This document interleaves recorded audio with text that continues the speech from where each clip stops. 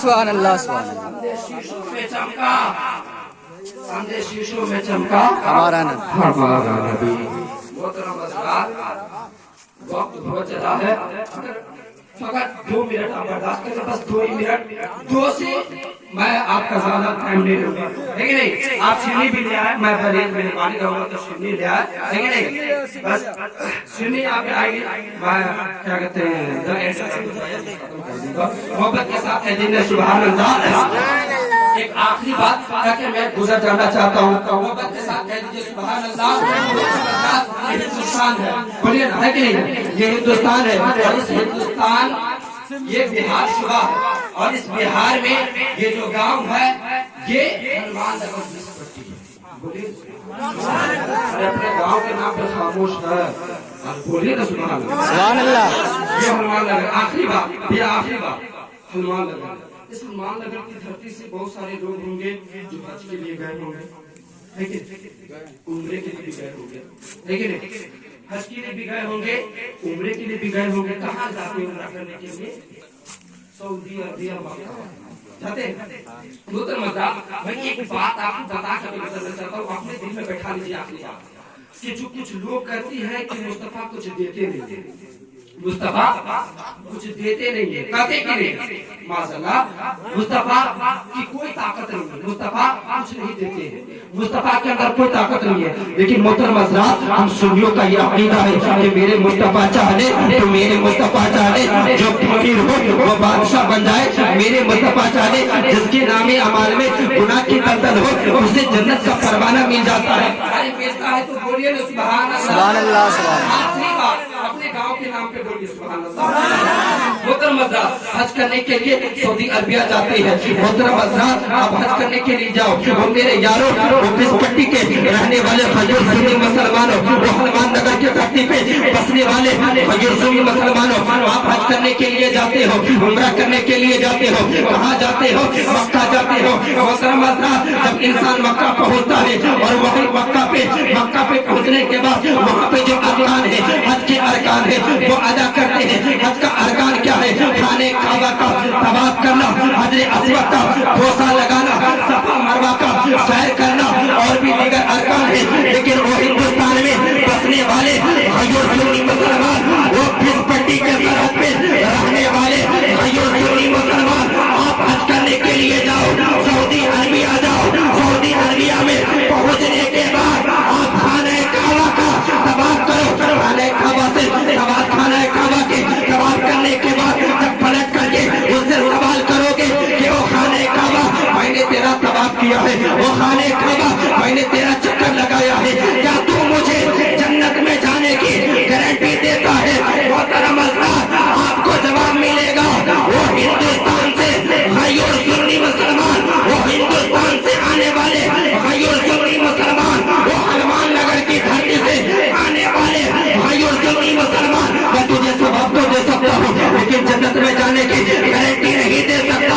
محترم حضرات وہی ہندوستان کا وہی اس ملک کے ہندوستان کا وہی اس گاؤں یعنی ہنومان نگر کا غیر سنی مسلمان ہے. خانہ کعبہ کے طواف کرنے کے بعد آگے بڑھتا ہے حجر اسود کو چومتا ہے. چومنے کے بعد یہ سوال کرتا ہے وہ حجر اسود میں نے تجھے چوما ہے وہ حجر اسود میں نے تجھے بوسہ لگایا ہے کیا تو مجھے جنت میں جانے کی گارنٹی دیتا ہے؟ محترم حضرات آپ کو جواب ملے گا وہ ہنومان نگر سے آنے والے غیر سنی مسلمان میں تجھے ثواب تو دے سکتا ہوں لیکن جنت میں جانے کی گارنٹی نہیں دے سکتا. محترم حضرات وہی ہنومان نگر کا غیر سنی مسلمان ہے صفا مروہ کا سیر کرتا ہے. جواب یہی ملتا ہے میں تجھے ثواب تو دے سکتا ہوں لیکن جنت میں جانے کی گارنٹی نہیں دے سکتا. حضرات پتہ کیا چلا کہ مکہ کی دھرتی پہ جب بھی سوال ہوا جواب یہی ملا میں تجھے ثواب تو دے سکتا ہوں لیکن